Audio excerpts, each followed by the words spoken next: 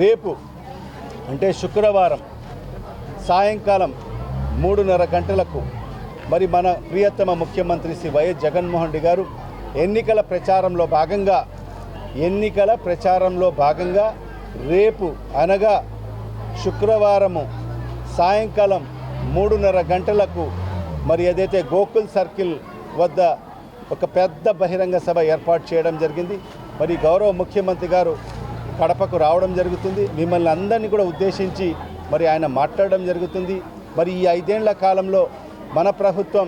మరి పేద ప్రజలకు ఏం మేరకు న్యాయం చేసింది, మరి అదేవిధంగా ఈ రాష్ట్రాన్ని ఏ విధంగా అభివృద్ధి పదంలోకి ముందుకు తీసుకెళ్ళింది, మరి అదే కాకుండా కడప నగరంలో మనం ఏ విధంగా అభివృద్ధి కార్యక్రమాలు మరి ఈ 5 ఏళ్ల కాలంలో మనం చేసుకోవడం జరిగిందో, మరి రాబో రోజుల్లో మరి మన ప్రభుత్వం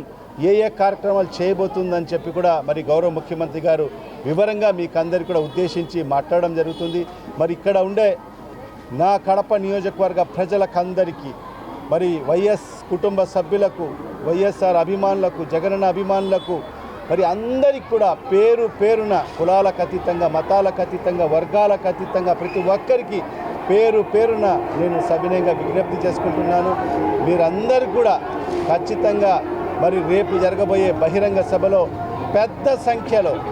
పెద్ద సంఖ్యలో మనమందరం కూడా పాలు పంచుకొని జగనన్నకు మద్దతుగా ఉండాలి, జగనన్నకు తోడ్పాటుగా మనమందరం కూడా ఉండాలి, జగనన్నకు మనమందరం కూడా అపూర్వమైన స్వాగతం పలకాలని చెప్పి కూడా ఈ సందర్భంగా మా మహిళలకు, సోదరులకు, సోదరులకు అందరికీ కూడా పేరు పేరున నేను సవినయంగా విజ్ఞప్తి చేసుకుంటూ ఖచ్చితంగా రేపు జగన్మోహన్ రెడ్డి గారి